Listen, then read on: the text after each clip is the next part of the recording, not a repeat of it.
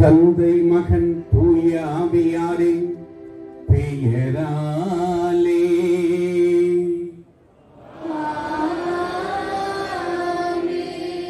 நம் ஆண்டவராகிய இயேசு கிறிஸ்துவின் அருளும் கடவுளின் அன்பும் தூய ஆவியாரின் நட்புறவும் உங்கள் அனைவரோடும் இருப்பதாக.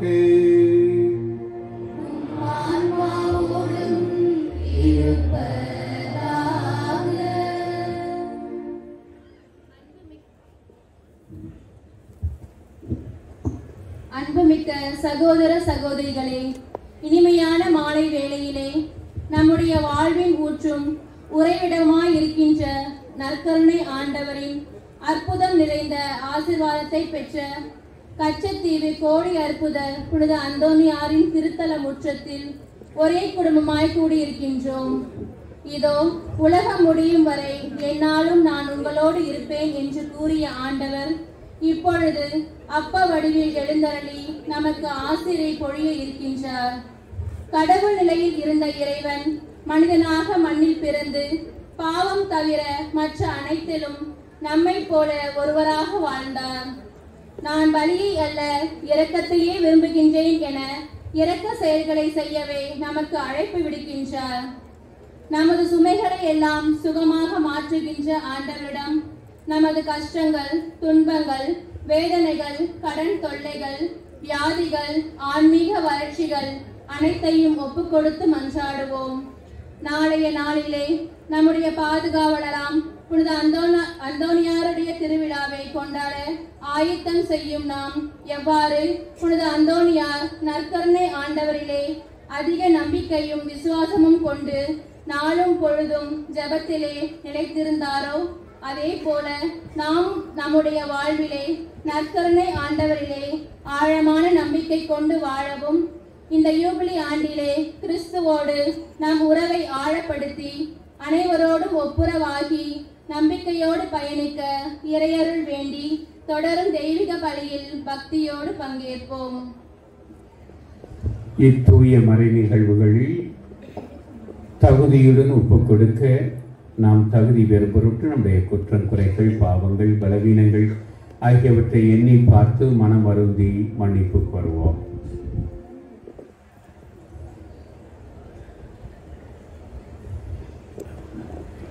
எல்லாம் வல்ல இறைவனிடமும்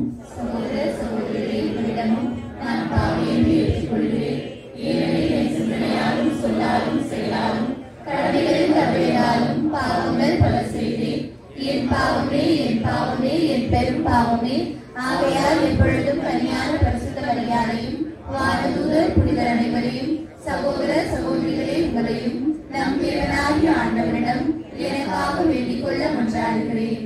எல்லாமல்ல இறைவன் நம் மீது இரக்கம் வைத்து நம் பாவங்களை மன்னித்து நம்மை நிலை வாழ்வுக்கு அழைத்து செல்வாராக. ஆமென்.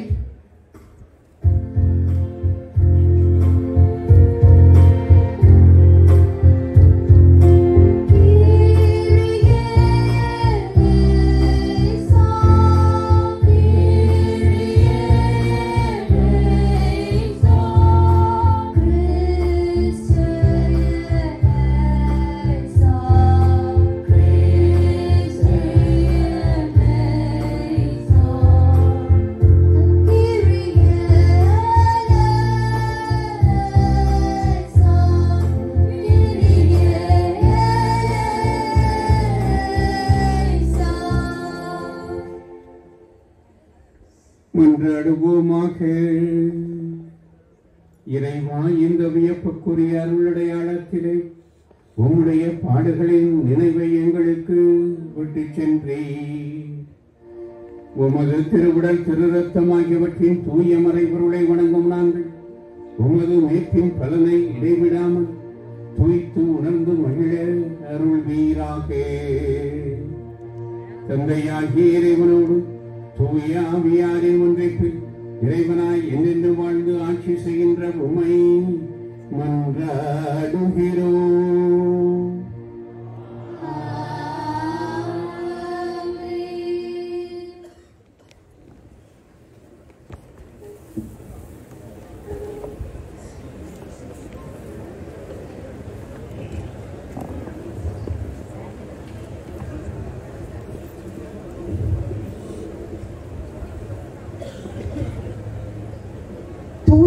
நூல் கொரிந்தியருக்கு எழுதிய முதல் திருமுகத்திலிருந்து வாசகம். ஆண்டவரிடமிருந்து நான் எதை பெற்றுக் கொண்டேனோ அதையே உங்களிடம் ஒப்படைக்கின்றேன். அதாவது ஆண்டவராகிய இயேசு காட்டிக் கொடுக்கப்பட்ட அந்த இரவில் அப்பத்தை எடுத்து கடவுளுக்கு நன்றி செலுத்தி அதை பிட்டு, இது உங்களுக்கான என் உடல், இதை என் நினைவாக செய்யுங்கள் என்றார். அப்படியே உணவு அருந்திய பின் கிண்ணத்தையும் எடுத்து, இந்த கிண்ணம் இரத்தத்தால் நிலைப்படுத்தப்பட்ட புதிய உடன்படிக்கை, நீங்கள் இதிலிருந்து பருகும் போதெல்லாம் என் நினைவாக இவ்வாறு செய்யுங்கள் என்றார்.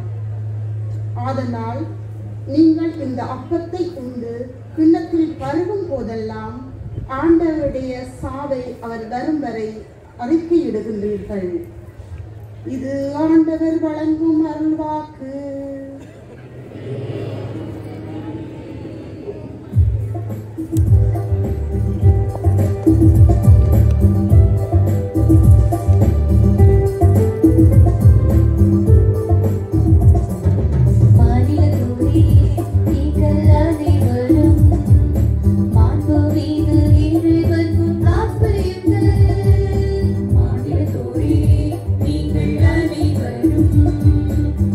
Movie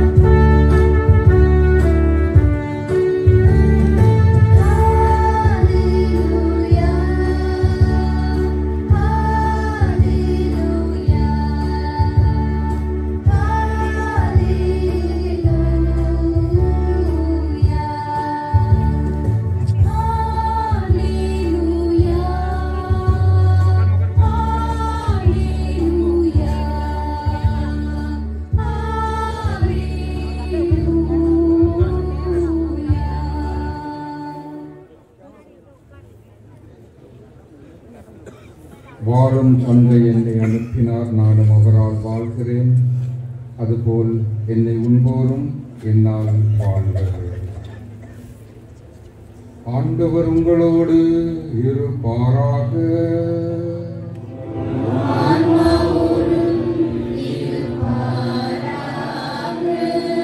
யோவான் எழுதிய தூய நற்செய்தியிலிருந்து வாசகம்.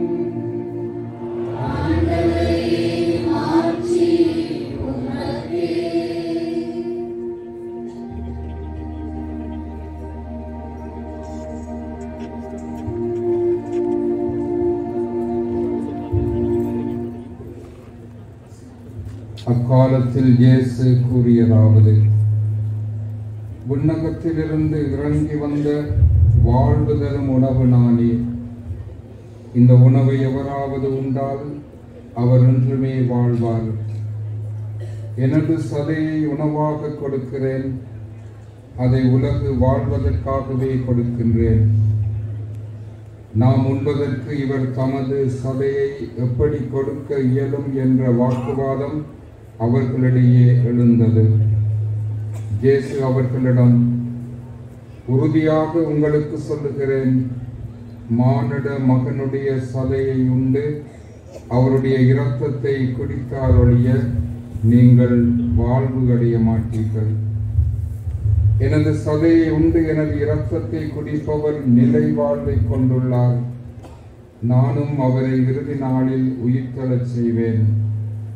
எனது சதை உண்மையான உணவு, எனது இரத்தம் உண்மையான பானம். எனது சதையை உண்டு எனது இரத்தத்தை குடிப்போர் என்னோடு இணைந்திருப்பர், நானும் அவர்களோடு இணைந்திருப்பேன். வாழும் தந்தை என்னை அனுப்பினார், நானும் அவரால் வாழ்கின்றேன். அதுபோல என்னை உண்போரும் என்னால் வாழ்வர். விண்ணகத்திலிருந்து இறங்கி வந்த உணவு இதுவே. இது நம் முன்னோர் உண்ட உணவு போன்றது அல்ல. அதை உண்டவர்கள் இறந்து போனார்கள். இவ்வுணவை உண்போர் என்றும் வாழ்வர் என்றார். இது வாழ்வு தரும் கிறிஸ்துவின் நற்செய்தி.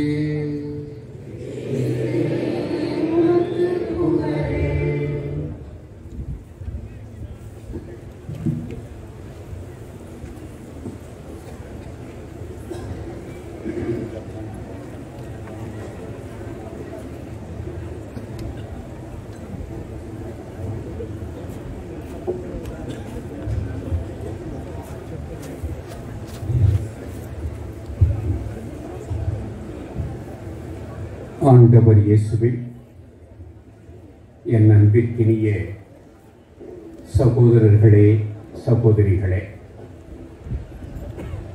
ஆண்டு முழுவதும் மனித சஞ்சாரம் இன்றி இருக்கின்ற இந்த கச்சத்தீவு ஆண்டில் 2 நாட்கள் மனிதர்களால் நிரம்பி வழிகிறார். ஆண்டு முழுவதும் கடலால் சூழப்பட்டுள்ள இந்த கச்சத்தீவு ஆண்டிற்கு ஒரு முறை மனிதர்களால் சூழப்படுகிறார். எப்படி ஒரு பெரிய மாற்றத்தை ஆண்டிற்கு ஒரு முறை இந்த தீவிலே ஏற்படுத்துகிறவர் கோடி அற்புதர், புதுமை வள்ளல் என்று நாம் பாசத்தோடு அழைக்கின்ற புனித அந்தோணியார். அதுவும் இந்த தவக்காலத்தில், ஒவ்வொரு ஆண்டும் தவக்காலத்தில் தவ திருப்பயணமாக இந்தியாவிலிருந்தும் இலங்கையிலிருந்தும் எண்ணற்ற பக்தர்கள் வந்து உலக வரலாற்றில், திருப்பயண வரலாற்றில் ஒரு குறிப்பிடத்தக்க ஒரு நிகழ்வாக இது மாறியிருக்கிறார். சென்ற மாதம் இந்தியாவின் திருத்தந்தையின் தூதுவரை நான் சந்தித்த பொழுது, அடுத்து எங்கும் நீங்கள் பயணம் செய்கிறீர்களா என்று கேட்டார். ஆம், கச்சத்தீவிற்கு செல்லுகிறேன் என்று சொன்னேன். உடனடியாக ஆம், எனக்கு தெரியும், கச்சத்தீவு அதனுடைய திருவிழா பற்றி நான் கேள்விப்பட்டிருக்கிறேன் என்று சொன்னார். இப்படி எல்லோருக்கும் தெரிந்த ஒரு நிகழ்வாக ஆண்டிற்கு ஒரு முறை கச்சத்தீவு பெருவிழா அமைந்திருக்கிறார். இந்த ஆண்டு வழக்கம் போல் மீண்டும் புனித அந்தோணியாரை மையப்படுத்தி இறைவனுடைய பேராற்றலை நினைவுகூர நாம் அழைக்கப்பட்டிருக்கிறோம். இந்த ஆண்டு திருவிழாவிற்கு முன்பாக இலங்கை மீடியாக்களிலே இந்த ஆண்டு திருவிழாவின் சிறப்பு முதல் முறையாக இந்தியாவிலிருந்து ஒரு ஆயர் வந்து கலந்து கொள்வது என்று அறிவிக்கப்பட்டிருந்தார். அந்த வகையில் கச்சத்தீவிற்கு இந்தியாவில் இருந்து வருவது என்பது ஒரு மிகப்பெரிய அட்வென்ச்சர். அதை மேற்கொண்டு இங்கே வருகை தந்து இத்தனை பேரோடு இணைந்து இந்த திருப்பலியை ஒப்புக் கொடுப்பதிலே நான் மகிழ்ச்சி அடைகிறேன். முதலிலே ஒவ்வொரு ஆண்டும் இத்தகைய பெரிய நிகழ்வை நடத்தி கொடுக்கின்ற யாழ்ப்பாணம் மறைமாவட்ட ஆயர் அவர்களுக்கும், இன்னும் குறிப்பாக இதனை முன்னின்று செயல்படுத்துகின்ற யாழ்ப்பாணம் மறைமாவட்ட குரு முதல்வர் பேரருள் தந்தை ஜெபரத்தினம் அவர்களுக்கும் உங்கள் அனைவருடைய சார்பாகவும் என்னுடைய நன்றிகளை தெரிவித்துக் கொள்கிறேன்.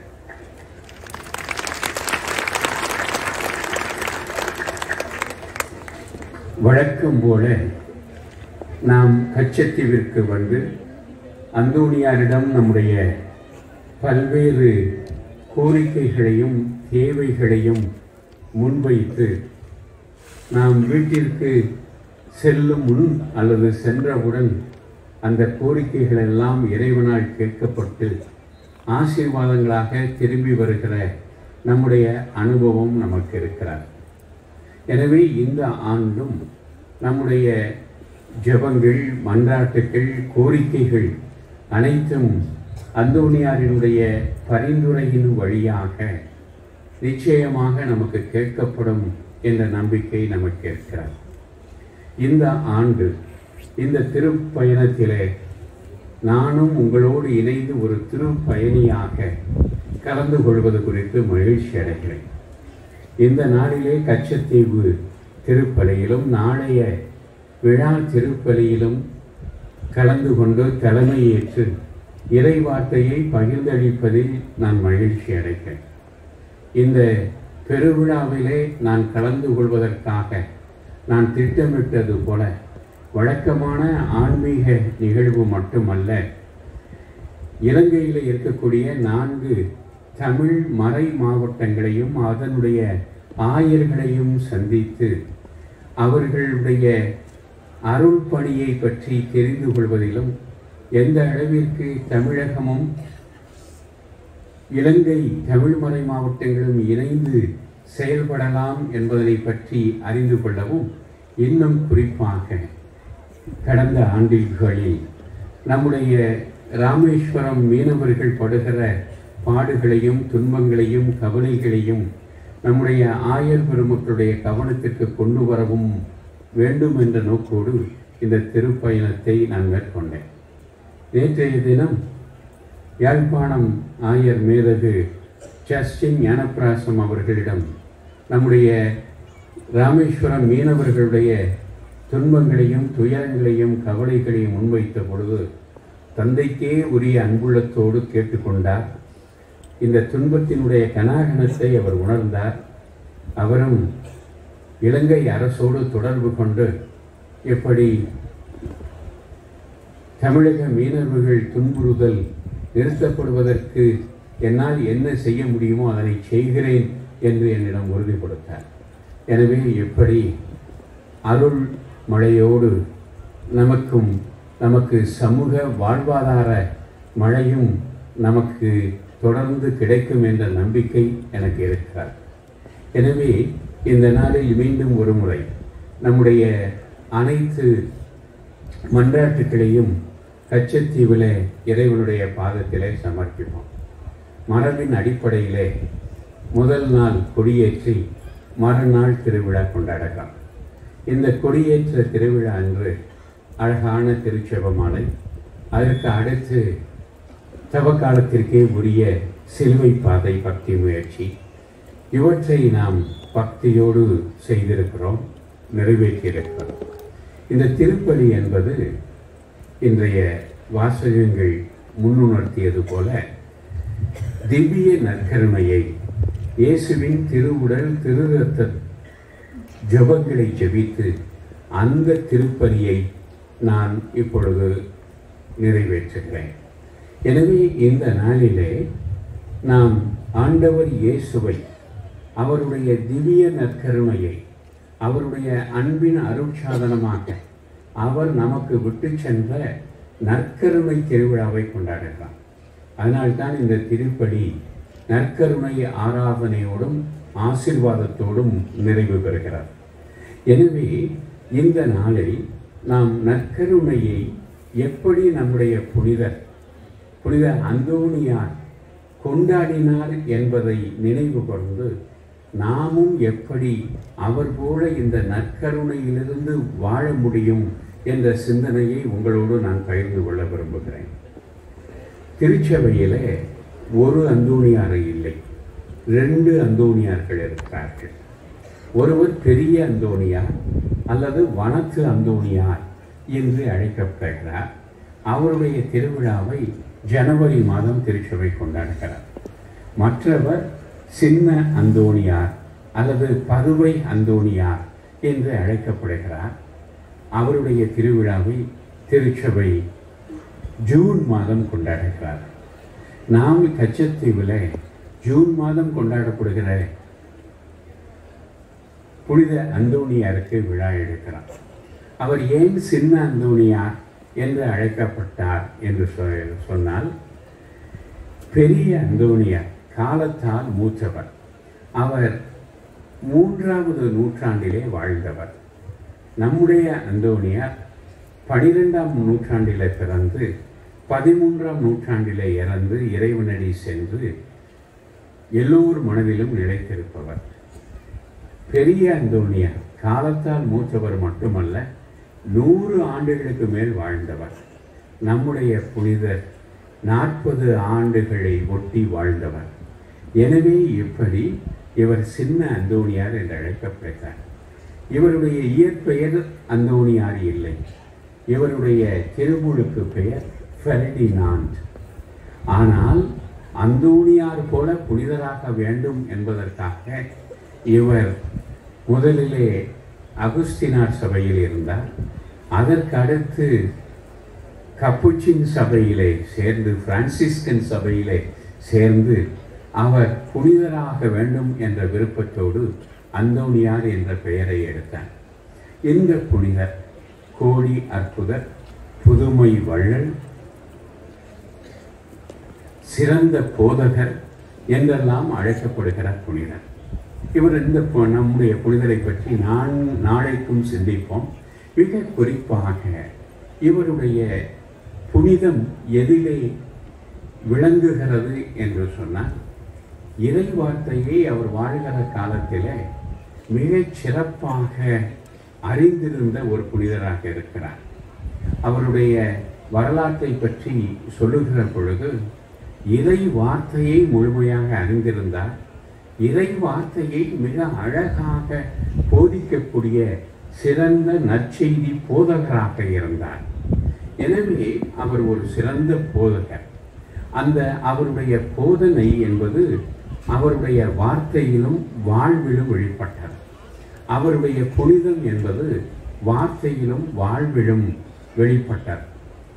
அப்பொழுது அவர் நற்கருணை மேலே, ஆண்டவர் இயேசுவினுடைய நற்கருணையின் மேலே மிகுந்த பக்தி உள்ளவர். நற்கருணை என்பது மிகச் சுருக்கமாக என்ன என்று சொன்னால், தாம் அன்பு செய்தவர்களோடு உலகம் முடியும் வரை இருக்க விரும்பினார்.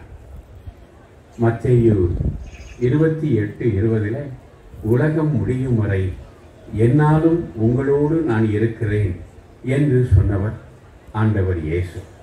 அவர் எப்படி இருக்கிறார்? அப்ப ரச குணங்களிலே இருக்கிறார். இந்த திவ்ய நற்கருணையிலே இருக்கிறார்.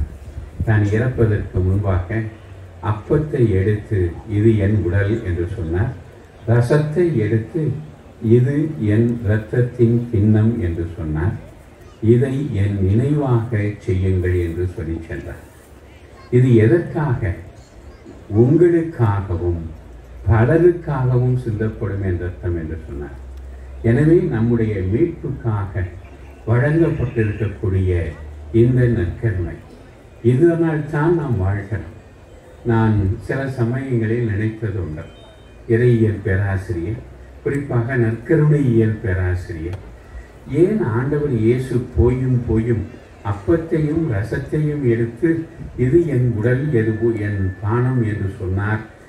அதற்கு பதிலாக தங்கத்தை எடுத்து சொல்லியிருக்கலாம், வைரத்தை எடுத்து சொல்லியிருக்கலாம். அப்படின்னு சொன்னால் நம்ம எல்லாருக்கும் விலை உயர்ந்த ஒரு பொருள் கிடைத்ததாக இருந்திருக்குமே என்று நினைப்பேன். ஆனால் அதெல்லாம் இல்லாமல் வாழலாம்.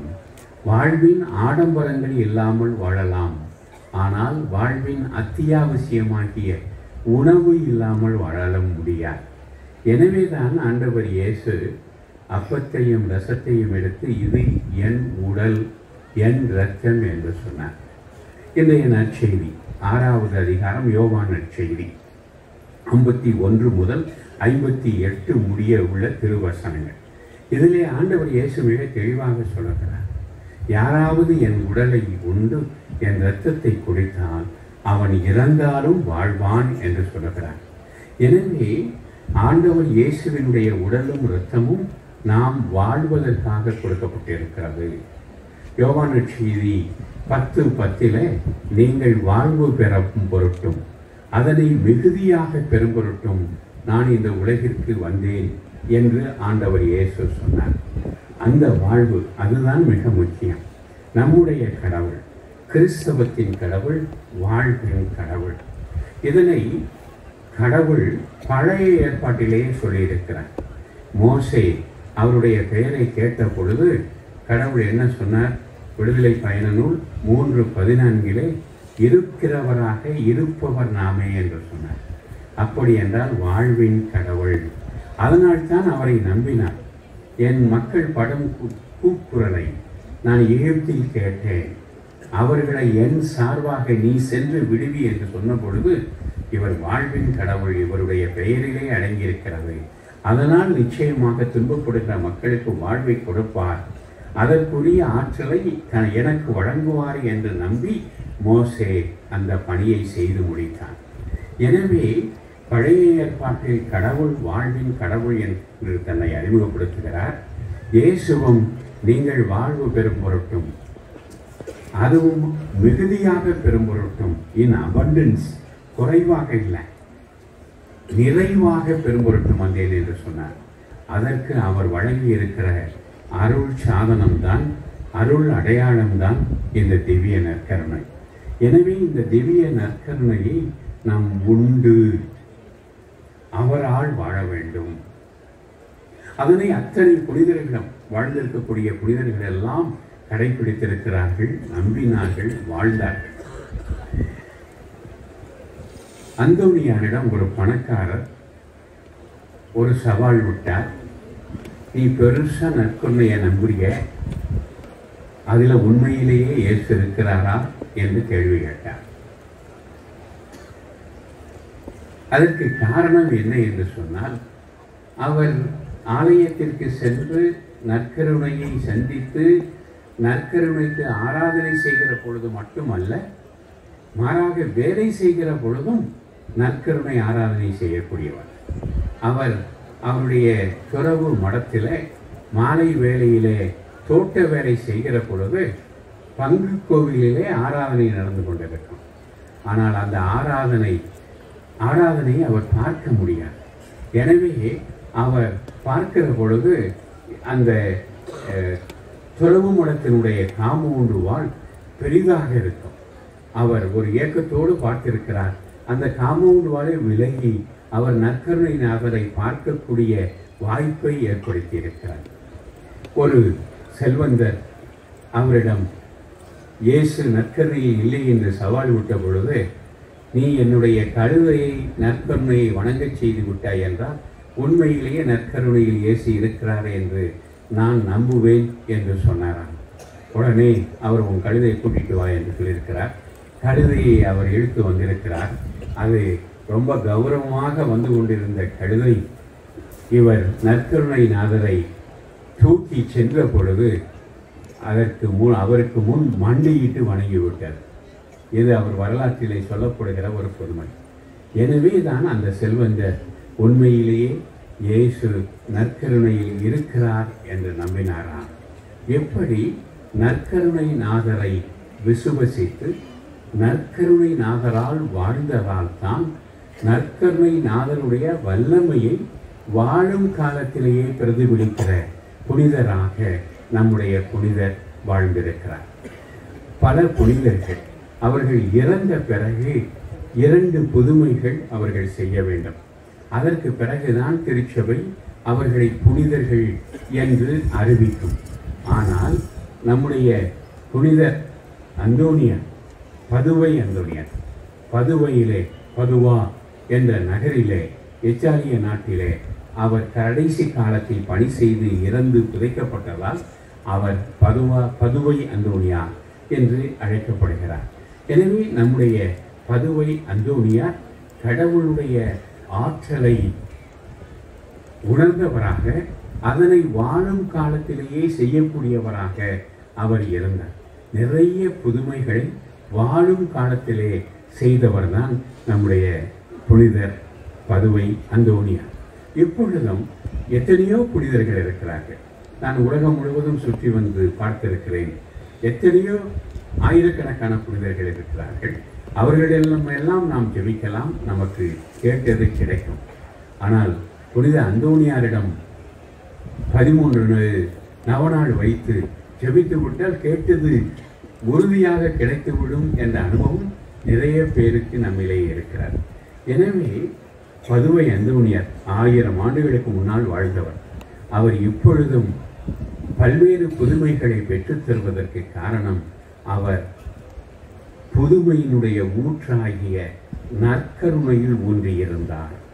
எனவே அந்த நற்கருணையில் ஊன்றியிருந்த காரணத்தினால் செய்ய முடியாததை எல்லாம் செய்தவராக புனித அந்தோனியார் இருக்கிறார். இந்த ஜூபிலி ஆண்டிலே நாம் எதிர்நோக்கின் திருப்பயணிகள் என்று சிந்தித்துக் கொண்டிருக்கிறோம். இந்த ஜூபிலி ஆண்டு, ஜூபிலியுடைய வரலாற்றிற்கு போனீர்கள் என்றால், ஜூபிலி என்றால் மகிழ்ச்சி, கொண்டாட்டம் என்று அர்த்தம். இந்த ஜூபிலி ஆண்டு முதல் முறையாக 1400 கொண்டாடப்பட்டது. அப்பொழுது 100 ஆண்டுகளுக்கு ஒரு முறை கொண்டாடப்பட வேண்டும் என்று ஆரம்பிக்கப்பட்டது. அதற்கு பிறகு 50 ஆண்டுகளுக்கு ஒரு முறை, இப்பொழுது 25 ஆண்டுகளுக்கு ஒரு முறை என்று கொண்டாடப்படுகிறது. கத்தோலிக்க திருச்சபையில் பழைய ஏற்பாட்டிலேயே ஜூபிலி கொண்டாடப்பட்டது. அது 7x7 49 ஆண்டுகள் முடிந்த 50வது வருடம். அதனை பற்றி லேவியராகமும் நிறைய செய்திகளை சொல்கிறார். ஆனால் புதிய ஏற்பாட்டிலே ஜூபிலி என்பது, யூபிலி ஆண்டு என்பது ஆண்டவருடைய மானிட உடலேற்பை நினைவு கூர்ந்து கொண்டாடும் கொண்டாட்டம். முதலில் 100 ஆண்டுகளுக்கு ஒரு முறை என்று ஆரம்பித்து இப்பொழுது 50, 25 ஆண்டுகளுக்கு ஒரு முறை கொண்டாடப்படுகிறது. 2000 இங்கே இருக்கிற பல பேருக்கு தெரியும், மாபெரும் ஜூபிலி ஆண்டு என்று நாம் கொண்டாடுகிறோம். அந்த மாபெரும் ஜூபிலி ஆண்டு ஆண்டவர் இயேசு மனிதனாக பிறந்ததனுடைய 2000 ஆண்டுகளை கொண்டாடிய ஒரு கொண்டாட்டம். அது 3000 ஆண்டுகளுக்கு அப்பொழுது இருந்த திருத்தந்தை 2ஆம் John Paul at the threshold of 3rd millennium 3000 ஆண்டின் வேளையிலே என்று ஒரு அழகான சுற்றுமுடலை எழுதினார். எனவே எப்படி அடுத்த 1000 ஆண்டுகளுக்கு இயேசுவினுடைய மானிட உடலேற்பு எப்படி இந்த உலகை வழிநடத்தப் போகிறது என்பதனை சிந்திக்க அவர் நம்மை அழைத்தார். இப்பொழுது இந்த ஆண்டு 25 ஆண்டுகளுக்கு ஒரு முறை ஜூபிலி ஆண்டு என்ற அடிப்படையில் இந்த ஜூபிலி ஆண்டை கொண்டாடுகிறோம். இதற்கு நம்முடைய திருத்தந்தை எதிர்நோக்கின் திருப்பயணிகள் என்ற தலைப்பை கொடுத்திருக்கிறார். அதாவது எதிர்நோக்கின் திருப்பயணிகள், பில்கிரிம்ஸ் ஆஃப் ஹோப். ஏன் இந்த தலைப்பை அவர் தேர்ந்தெடுத்திருக்கிறார் என்று சொன்னால், முதலில் திருப்பயணிகள். நாம் இன்றைக்கு திருப்பயணிகளாக வந்திருக்கிறோம். இந்த நிகழ்வுடைய இடைவெளியில் இந்த பயணத்தை மேற்கொண்டிருக்கிற உங்களுக்கு இதனுடைய பரிபூரண பலன் கிடைக்கும் என்று தந்தையர்கள் அறிவித்தார்கள். எனவே இந்த திருப்பயணம் எதற்காக என்று சொன்னால், எப்படி நீங்கள் பரிபூர்ண பலனை பெறலாம் என்று சொன்னால், நீங்கள் நல்ல பாப சங்கத்தனம் செய்து திருப்பலி கண்டு நற்கருணையை உட்கொண்டீர்கள் என்றால் இந்த பரிபூரண பலனை பெற்றுச் செல்லலாம். எனவே திருப்பயணம் என்பது மிக முக்கியம். அடிப்படையிலே நாம் திருப்பயணிகள். மனிதனுடைய வாழ்வை பற்றி சொல்லுகிற பொழுது தமிழ் கவிஞன் ஒருவன் சொன்னான், மனித வாழ்வு என்பது பையூரில் தொடங்கி பொய்யூர் வழியாக மெய்யூரை சென்றடைவது என்று சொன்னார். பையூர் என்பது தாயினுடைய கருவறை. தாயினுடைய கருப்பையிலே தொடங்கி பையூரிலே தொடங்கி பொய்யூர் வழியாக இந்த பூமி எவ்வளவு பொய்யான மனிதர்களை கொண்டிருக்கக்கூடிய இந்த உலகம், இந்த பொய்யூர் வழியாக மெய்யூரை சென்றடைவது. மெய்யூர் என்பதுதான் விண்ணகம். அதனைத்தான் நம்முடைய திருவிருந்து திருப்பாடலிலே ஒன்றிலே நாம் மறுவாழ்வு பெற செல்லும் திருப்பயணிகள், மறுவாழ்வடைய செல்லுகிறோம் என்று நாம் பாடுகிறோம். எனவே இந்த உலகில் நாம் திருப்பயணிகள். பவுல் அடியார் பல்வேறு இடங்களிலே அதனை நமக்கு நினைவுபடுத்துகிறார். நம்முடைய உண்மையான வீடு என்பது விண்ணகம். பிலிப்பியருக்கு எழுதிய திருமுகம் 3:20 அவர் நாம் நம்முடைய உண்மையான வீட்டை மறந்துவிடக்கூடாது என்று எச்சரிக்கிறார். எனவே நாம் இந்த உலகில் வாழ்கிற பொழுது பல சமயங்களிலே இந்த உலகம்தான் நிஜம் என்பது போல நாம் வாழ்ந்து விடுகிறோம். ஆனால் அது தவறு. அதற்கு பதிலாக இந்த உலகத்தின் வழியாக, இந்த உலக வாழ்வின் வழியாக நாம் மறு உலகை சென்றடைய வேண்டிய பயணிகள். எனவேதான் நாம் திருப்பயணிகள். இந்த உலகத்திலே நாம் பில்கிரிம்ஸ். எனவே இந்த திருப்பயணிகள் எதனை நாம் நம்புகிறோம் என்றால் எதிர்நோக்கு. நமக்கு ஹோப் இருக்கிறார். என்ன ஹோப்? ஹோப் என்பது மறு உலகிலே நாம் கடவுளோடு இணைந்து வாழ்வது. அது மட்டுமல்ல, இந்த உலகில் வாழ்கிற பொழுதும் நாம் நம்பிக்கையின் அடையாளங்களாக சைன்ஸ் ஆஃப் ஹோப் இருக்க வேண்டும் என்று திருத்தந்தை குறிப்பிடுகிறார். இந்த உலகிலே தனிப்பட்ட வாழ்விலே பார்க்கிற பொழுது ஒவ்வொரு நாளும் சூரியன் அஸ்தமனிக்கிறது. எனவே அஸ்தமனம் வந்தவுடன் நம்முடைய வாழ்வு மறைந்து விடுவது போல தோன்றுகிறார். எம்மாவுஸ் சீடர்கள் ஆண்டவர் இயேசுவை பார்த்து சொன்னார்கள், ஆண்டவரை எங்களோடு தங்கும் மாலை நேரம் ஆகிறது என்று சொன்னார்கள். என்ன மாலை நேரம்? நமக்கு நோய்கள் வருகிற பொழுது, சாவு வருகிற பொழுது, துன்பங்கள் வருகிற பொழுது நமக்கு மாலை நேரமாகிறது. ஆனால் ஒவ்வொரு மாலையும் காலையாக விடுகிறது. எனவே அந்த கதிரவனாம் இயேசு கிறிஸ்துவில் நாம் நம்பிக்கை கொண்டோம் என்றால் ஒவ்வொரு மாலை பொழுதும் காலை பொழுதாக மாறும். அந்த சீடர்கள் ஆண்டவர் இயேசுவை எங்களோடு தங்கும். ஏன்? அவர் தங்கினால் மாலை காலையாகும். நம்முடைய துன்பங்கள் இன்பமாகும். நம்முடைய ஏமாற்றங்கள் எதிர்பார்ப்புகளாக மாறி நிகழ்வுறும். எனவே தான் நாம் இந்த உலகிலே போர்கள் நிகழ்கின்றன, குடும்பங்களிலே சண்டை சச்சரவுகள் நிகழ்கின்றன, தனிப்பட்ட கொலைகள் நிகழ்கின்றன. இவையெல்லாம் நமக்கு ஒரு அதிருப்தியை அல்லது நம்பிக்கையின்மையை ஏற்படுத்திவிடக்கூடாது. எபிரேயருக்கு எழுதிய திருமுகத்திலே நம்பிக்கை ஏமாற்றம் தராது என்று பவுல் குறிப்பிடுகிறார். அதனைத்தான் தன்னுடைய ஜூபிலி மடலுடைய தலைப்பாகவே திருத்தந்தை குறிப்பிடுகிறார். எதிர்நோக்கு ஏமாற்றம் தராது. Hope does not disappoint. எனவே நம்முடைய அடிப்படை இறையியல் புண்ணியம் என்ன? விசுவாசம், நம்பிக்கை, அன்பு, faith, hope and love. எனவே இந்த நம்பிக்கை உடையவர்களாக, எவ்வளவு துன்பங்கள் வந்தாலும் இந்த துன்பங்களை மாற்றக்கூடிய கடவுள் இருக்கிறார். ஏனென்றால் அவர்தான் வரலாற்றின் கடவுள், வரலாற்றின் நாயகர் இறைவன் தான். அவர் பழைய ஏற்பாட்டிலே அதை நிரூபித்திருக்கிறார், புதிய ஏற்பாட்டிலே ஆண்டவர் இயேசு வழியாக நிரூபித்திருக்கிறார், நம் ஒவ்வொருடைய வாழ்விலும் நிரூபித்துக் கொண்டே இருக்கிறார். நாம் இப்படி எதிர்நோக்கின் திருப்பயணிகளாக நம்முடைய புனிதர் பதுவை அந்தோணியார் கொன்று இயேசுவினுடைய அந்த தூய திவ்ய நற்கருணை என்னும் மறைபொருளில் நாம் ஆழ்ந்து முத்தெடுக்கிற பொழுது நாம் நம்முடைய ஏமாற்றங்கள் எல்லாம் நம்பிக்கைகளாக மாறும், நம்முடைய அதிருப்தியான வாழ்வு நிறைவான வாழ்வாக மாறும், நம்முடைய துன்பங்கள் இன்பங்களாக மாறும். அத்தகைய நம்பிக்கையை தருகிற யூபிலி ஆண்டில் இறைவனை நம்புவோம். நம்மை இறைவனிடம் இட்டு சென்று நமக்காக பரிந்து பேசுகிற நம் புனிதர் பதுவை அந்தோணியாரிடம் நம்முடைய மன்றாட்டுக்களை சமர்ப்பிப்போம். நாம் எதிர்நோக்கின் திருப்பயணிகளாக வாழ்ந்து சிறக்க இறைவன் தாமே நமக்கு அருள் புரிய நாம் இன்று வந்திருக்கிற நினைந்து கொண்டு வந்திருக்கிற அனைத்து மன்றாட்டுக்களும் கேட்கப்பட்டு நாம் எதிர்நோக்கின் திருப்பயணிகளாக நம்பிக்கையின் அடையாளங்களாக வாழ்ந்து சிறக்க இறைவன் தாமே அருள் புரிவாராக. ஆமென்.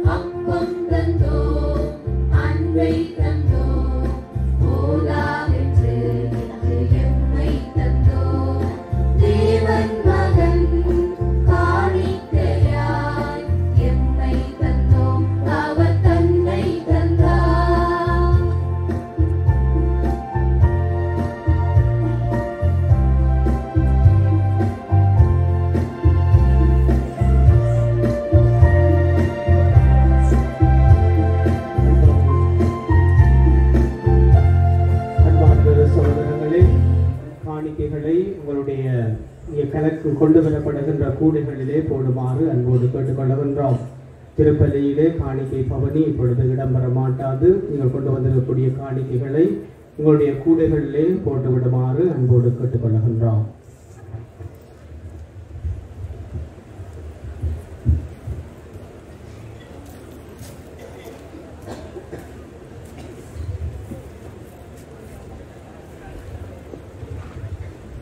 சகோதர சகோதரிகளே, என்னுடையது உங்களுடையதுமான இப்பலி நம் தந்தையாகிய இறைவனுக்கு ஏற்றதாகும்படி மன்றாடுங்கள். ஆண்டவர் தம் திருப்பெயரின் புகழ்ச்சிக்காகவும் மாட்சிக்காகவும் தமது நன்மைக்காகவும் புனித திருவை அனைத்தின் நலன்களுக்காகவும் உமது கையிலிருந்து இப்பணியை ஏற்றுக்கொள்வாராக. இறைவா, நாங்கள் ஒப்புக் கொடுக்கும் இக்காணிக்கைகள் உமது மீட்பின் மறைபொருளை குறைத்து காட்டுகின்றன. இதனால் உமது திருச்சபைக்கு ஒற்றுமை சமாதானமாகிய குடைகளை கனிவுடன் தந்தருள்வீராக. எங்கள் ஆண்டவராகிய கிறிஸ்து வழியாக உம்மை மன்றாடுகிறோம்.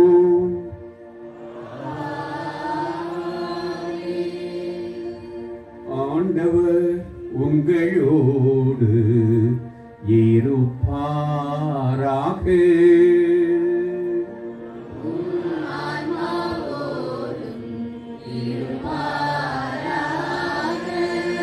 இதயங்களை மேலே எழுப்புங்கள்.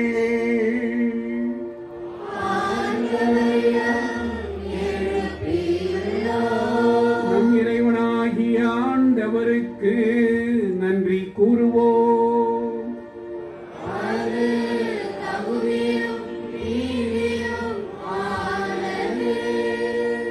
ஆண்டவரே, தூயவரான தந்தையே, என்றும் உள்ள எல்லாம் அல்ல இறைவா, எங்கள் ஆண்டவராகிய கிறிஸ்து வழியாக என்னாலும் எவ்விடத்திலும் நாங்கள் உமக்கு நன்றி செலுத்துவது மெய்யாகவே தகுதியும் நீதியுமாகும். எங்கள் கடமையும் மீட்புக்குரிய செயலுமாகும். கிறிஸ்துதம் திருத்தூதர்களுடன் இறுதி இரவு விருந்து அருந்துகையில் சிலுவையின் மீட்பொழிக்கும் நினைவு எக்காலத்திற்கும் நிலைத்திருக்கச் செய்தார்.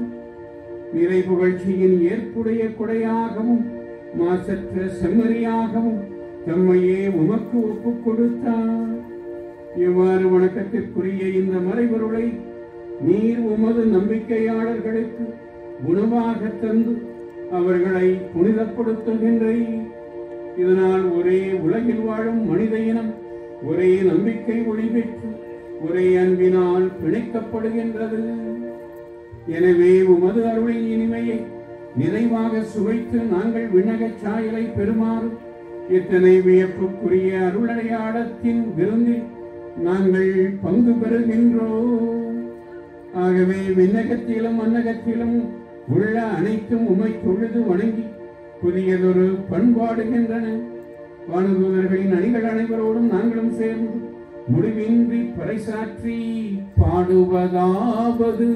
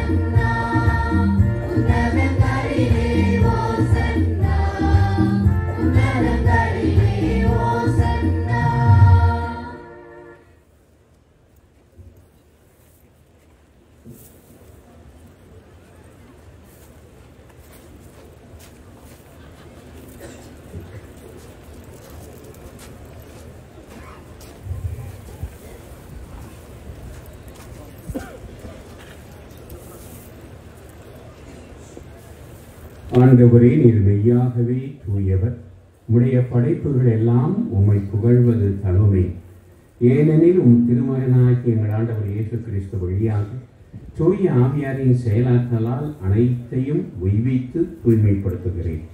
கதிரவன் தோன்றி மறையும் வரை உமது பெயருக்கு தூய காணிக்கையை ஒப்புக் கொடுக்குமாறு உமக்கென மக்களை இடையராது ஒன்று சேர்த்து வருகிறேன்.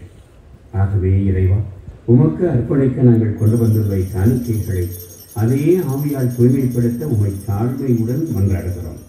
இவ்வாறு உம் திருமகனாகி எங்கள் ஆண்டவர் இயேசு கிறிஸ்துவின் உடலாகவும் இரத்தமாகவும் எங்களுக்கு இவை மாறுவனவாக. அவர் பணித்தவாறே மறைநிகழ்வுகளை கொண்டாடுகிறோம். ஏனெனில் அவர் காட்டிக் கொடுக்கப்பட்ட இரவில் அப்பத்தை எடுத்து உமக்கு நன்றி செலுத்தி ஆசி வழங்கி அதை பிட்டு தம் சீடர்களுக்கு அளித்து அவர் கூறியதாவது: அனைவரும் இதிலிருந்து பெற்று உண்ணுங்கள், ஏனெனில் இது உங்களுக்காக கையளிக்கப்படும் என் உடல்.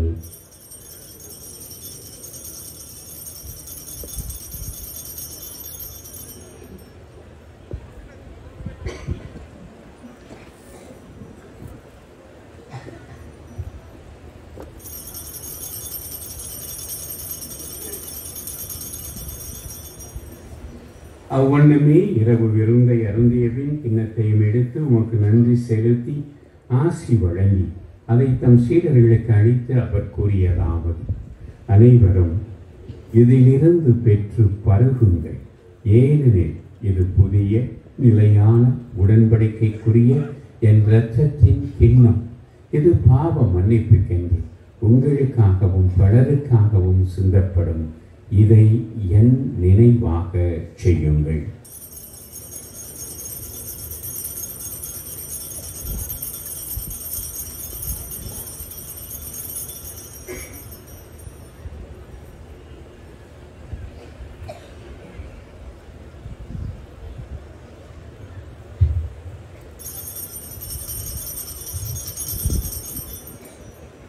நம்பிக்கையின் மறைபொருள்.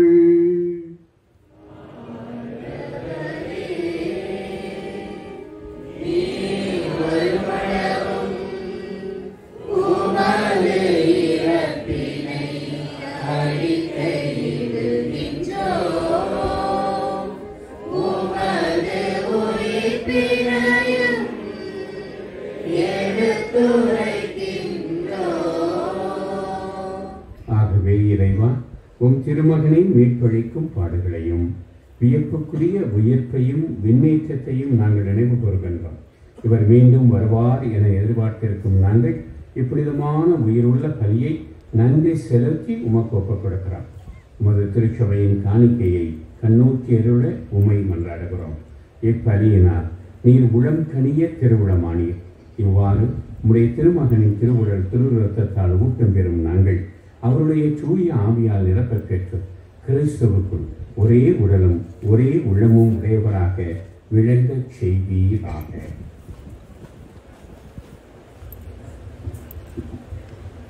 இவரே எங்களை உமக்கு என்றும் காணிக்கையாக்குவாராக.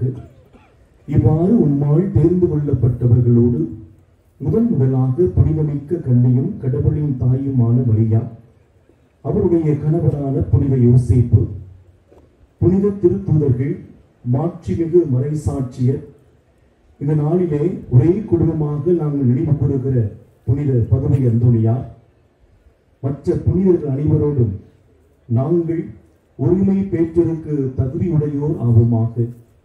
இவர்களின் வேண்டுதலால் நாங்கள் என்றும் உமது உதவியை பெறுவோம் என உறுதியோடு இருக்கிறோம். ஆண்டவரே, எங்களை உமோடு ஒப்புரவாக்கும் இப்பலி உலகிற்கெல்லாம் அமைதியை மீட்பும் தர வேண்டும் என மன்றாடுகின்றோம். இவ்வுலகில் பயணம் செய்யும் உமது திரு அவையில் சிறப்பாக உடையராக எங்கள் திருத்தந்தை பிரான்சிஸ், எங்கள் ஆயர் ஜஸ்டின் ஞான பிரகாசம் மற்றும் இத்திருப்பலை நிறைவேற்றுகின்ற சிவகங்கை மறை மாவட்ட ஆயர் லூர்து ஆனந்தம், ஏனைய ஆயர்கள், திருநிலையினர், உமக்கு சொந்தமான மக்களாகிய அனைவரையும் நம்பிக்கையிலும் அன்பிலும் உறுதி பெற செய்வீராக. நீர் விரும்பியபடி உம் திரும்ப நிற்கின்ற இக்குடும்பத்தின் வேண்டல்களுக்கு கனிவுடன் செவி சாய்த்தருளும். கனிவுள்ள தந்தையை, எங்கும் சுதந்திருக்கும் உம்முடைய பிள்ளைகளை கனிவுடன் உம்மோடு சேர்த்துக் கொள்ளும்.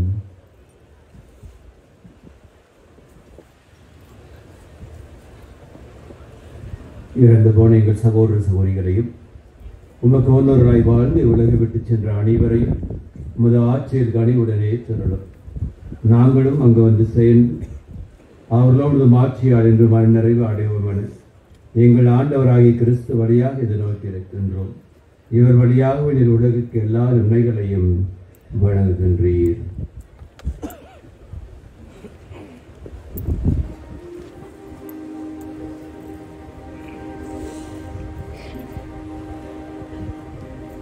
இவர் வழியாக இவரோடு இவரில் எல்லாம் வல்ல இறைவனாகிய தந்தையே தூயாவியாரின் ஒன்றிப்பில் எல்லா புகழும் மாட்சியும் என்றென்றும் உமக்கு உரியதே.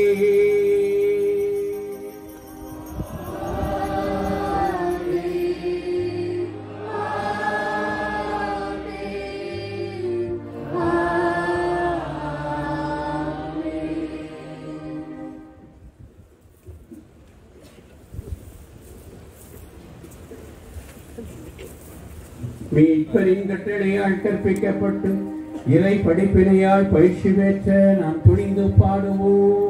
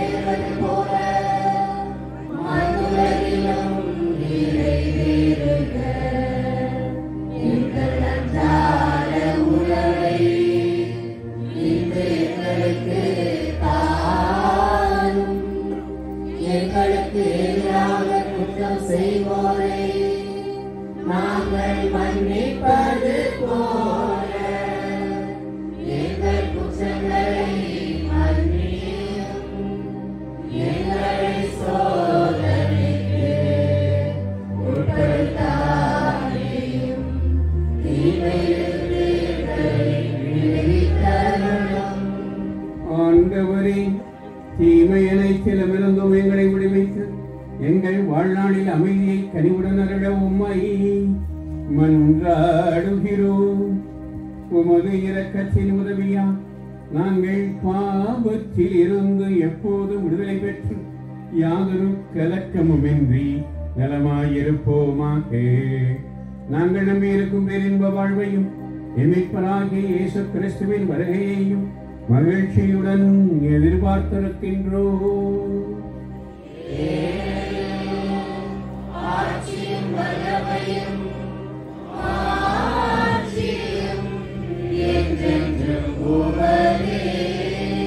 ஆண்டவரே இயேசு கிறிஸ்துவே, அமைதியை உங்களுக்கு விட்டுச் செல்கிறேன், என் அமைதியையே உங்களுக்கு அளிக்கின்றேன் என்றும் திரு தூதர்களுக்கு மொழிந்தீரே. எங்கள் பாவங்களை பாராமல் உமது திருச்சபையின் விசுவாசத்தை ஏற்க நோக்கி அதற்கு சமாதானத்தையும் ஒற்றுமையையும் தந்தருடன் திருவுளம் கொள்வீராக. என்றென்று வாழ்ந்து ஆட்சி செய்கின்றவர் நீரே.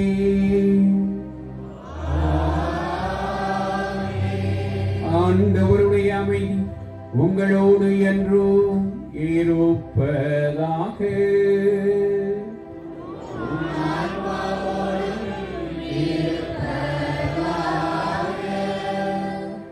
கிறிஸ்து தருகின்ற அமைதியின் சமாதானத்தை ஒருவரோடு பகிர்ந்து கொள்வோம்.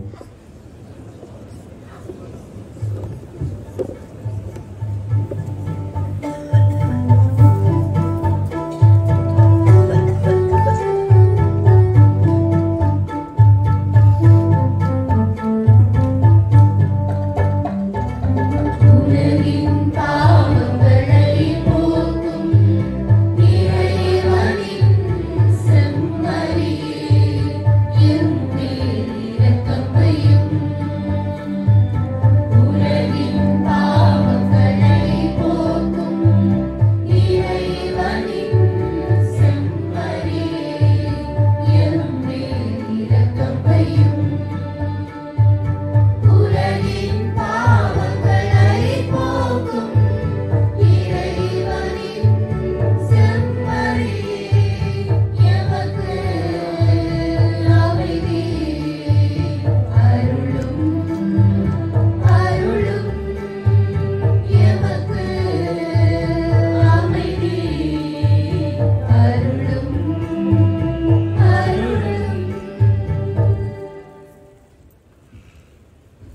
இதோ இறைவனின் செம்மறி, உலகின் பாவங்களை போக்குகின்ற ஆண்டவர். இந்த செம்மறியின் விருந்துக்கு அழைக்க பெற்ற நாம் அனைவரும் பேறு பெற்றோர்.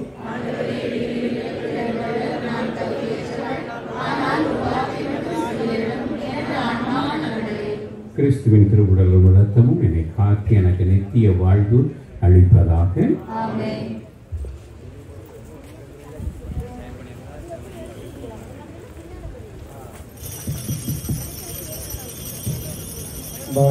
சகோதரங்களே, திருவிருந்து பவனி ஆரம்பமாக இருக்கிறது. திருவிருந்திலே தகுதி வாய்ந்த கத்தோலிக்கர்கள் மட்டும் பங்கெடுக்கும்படியாக அன்போடு கேட்டுக்கொள்கிறேன். திருவிருந்து பவனியிலே தயவு செய்து தகுதி வாய்ந்த கத்தோலிக்கர்கள் மட்டும் பங்கெடுக்கும்படியாக அன்போடு கேட்டுக்கொள்கிறேன்.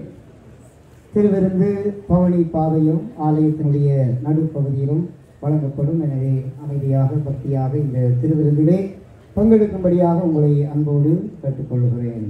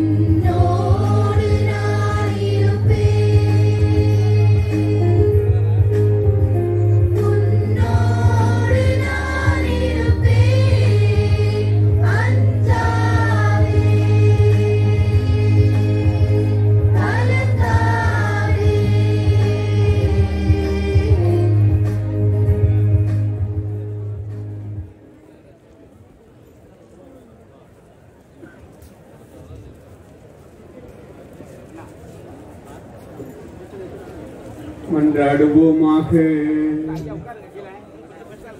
இறைவா, உயர் மதிப்புள்ள உமது திருவுடலையும் திரு ரத்தத்தையும் நாங்கள் இவ்வுலகில் உட்கொள்வதும் உமது இறைத்தன்மையை சுவைத்து இன்புறுவதன் முன்னடையாளமாக திகழ்கின்றது. இதனால் நாங்கள் அப்பேரின்பத்தில் என்றென்று மகிழ்ந்திருக்க அருள் புரிவீராக. என்றென்றும் வாழ்ந்து ஆட்சி செய்கின்ற உம்மை மன்றாடுகிறோம்.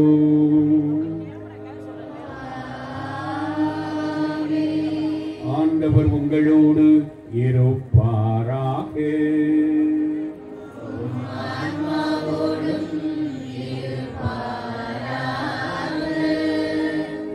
இறையாசிர் பெற அனைவரும் தலைவணங்கி மன்றாடுவோம். ஆறுதல் அனைத்தின் ஊற்றாகிய இறைவன் உங்கள் வாழ்நாட்களை தனது அமைதியில் செம்மையுறச் செய்து தனது ஆசையின் கொடைகளை உங்களுக்கு வழங்குவாராக.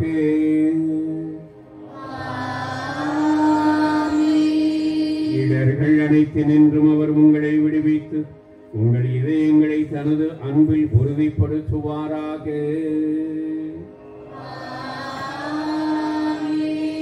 எதிர்நோக்கு, நம்பிக்கை, அன்பு ஆகிய கொடைகளால் நீங்கள் வளம் பெற்று இவ்வுலக வாழ்வில் ஆற்றல் வாய்ந்த உங்கள் செயல்கள் வழியாக நிலை வாழ்வை மகிழ்வுடன் அடைவீர்களாக. எல்லாம் வல்ல இறைவன் தந்தை மகன் தூய ஆவியார் உங்களை ஆசீர்வதிப்பாராக.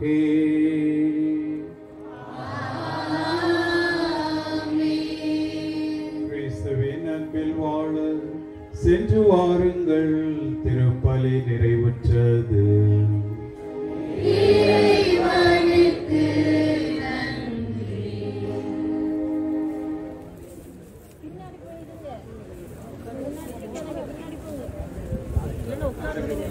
Yeah.